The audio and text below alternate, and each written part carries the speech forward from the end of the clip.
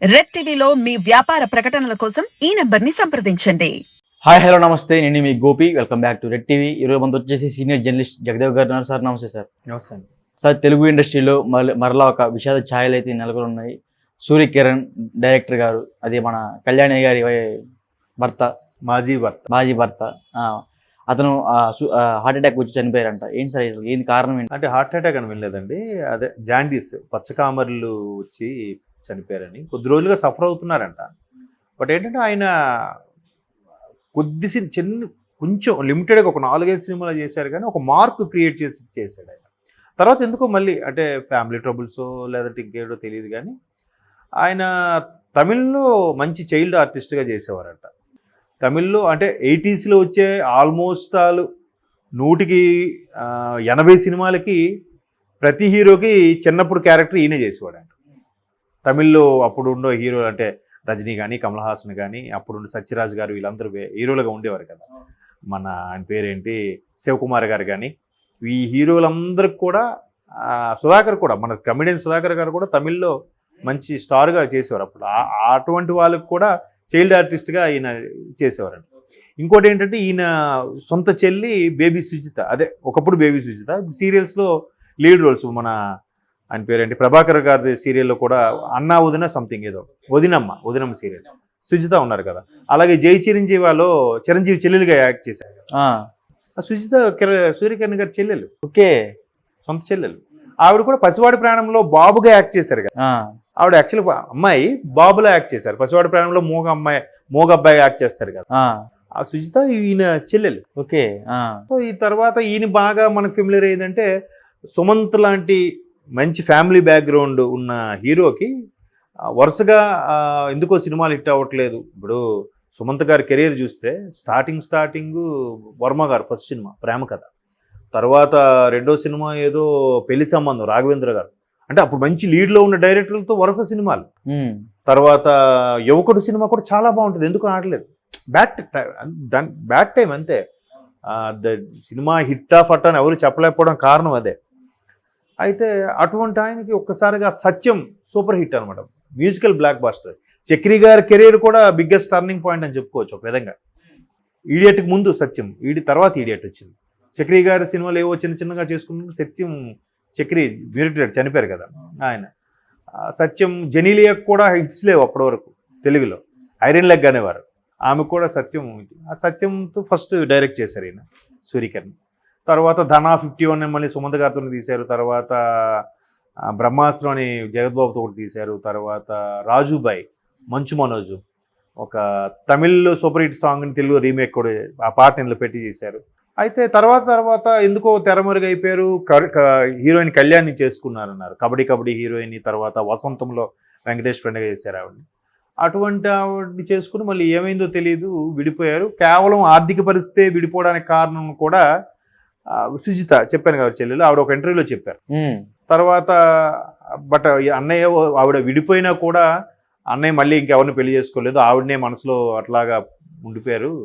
But ఆవిడ వేరే చేసుకున్నా లేదు కూడా మనకి ఎక్కడ తెలీదు. బట్ కళ్యాణ్ని చేసుకున్నారని ఇద్దరు కూడా చాలా కార్యక్రమాలకు అటెండ్ అవ్వడం గట్రా కూడా చూసాం. 2020లో ఇప్పుడు బిగ్ బాస్ 4th సీజన్లో కూడా కనిపించారు ఆయన.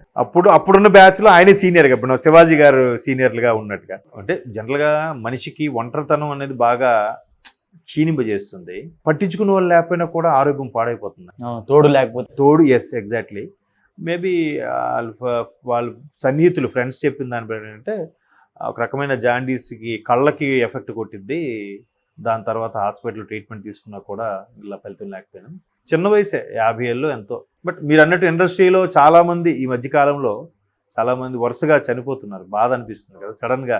ఏంటి శాపము, ఏంటి ఎట్లా. మొండకు నిరుడు కూడా ఇలాగే యువగలం పాదయాత్ర స్టార్ట్ అనుకున్నారు లోకేష్ గారి టైంలో, మన తారక రత్న. మరి ఆయన ఇంకా 50 కూడా లేవేమో, ఆయనకి 48, 47 కదా. ఆ ఏజ్లోనే చూడండి అసలు. ఇలా ఉంటే చక్కగా ఈ పాటికి ఎంపీగా దీనికి పోటీ చేద్దరు కూడా ఆయన. అంటే పిల్లలు, చిన్న పిల్లలు రకరకాలుగా, అంటే చెప్పలేమండి. దట్టు కరోనా తర్వాత కూడా మళ్ళీ ఎలా అయిపోయిందంటే మృత్యువు ఎప్పుడు ఎలా వస్తుందో ఎవరు తెలియట్లేదు. కొంతమంది అంటున్నారు వ్యాక్సిన్ డోసుల వల్ల అంటున్నారు, కొంతమంది అంటున్నారు వ్యాక్సిన్ బూస్టర్ డోస్ ఎవరైతే వేయించుకున్నారో వాళ్ళకి ప్రాబ్లమ్స్ వస్తున్నాయి అంటున్నారు.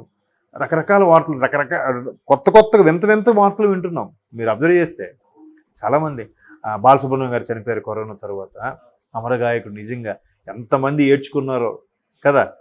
అట్లా ఏంటో మరి ఒక్కొక్కరుగా రీసెంట్గా కూడా ఎవరోది గుర్తు రావట్లేదు. మీరంటే చాలామంది ఇండస్ట్రీకి సంబంధించి ఏంటి అది బ్యాడ్ అయిందా ఏంటని వరుసగా ఆ మధ్యకాలంలో కమెడియన్స్ కూడా ఎంతమంది చనిపోయారు. గుడ్డు హనుమంతరావు, ఎంఎస్ నారాయణ, వేణుమాధవు, ఏవిఎస్, ధర్మాన సుబ్రహ్మణ్యం, ఎంతమంది కమెడియన్స్ చనిపోయారు చూడండి. చాలామంది ఆ తర్వాత పాతరం రీసెంట్గా చంద్రమోహన్ గారు చనిపోయారు, శరత్ బాబు గారు చనిపోయారు, కృష్ణరాజు గారు చనిపోయారు.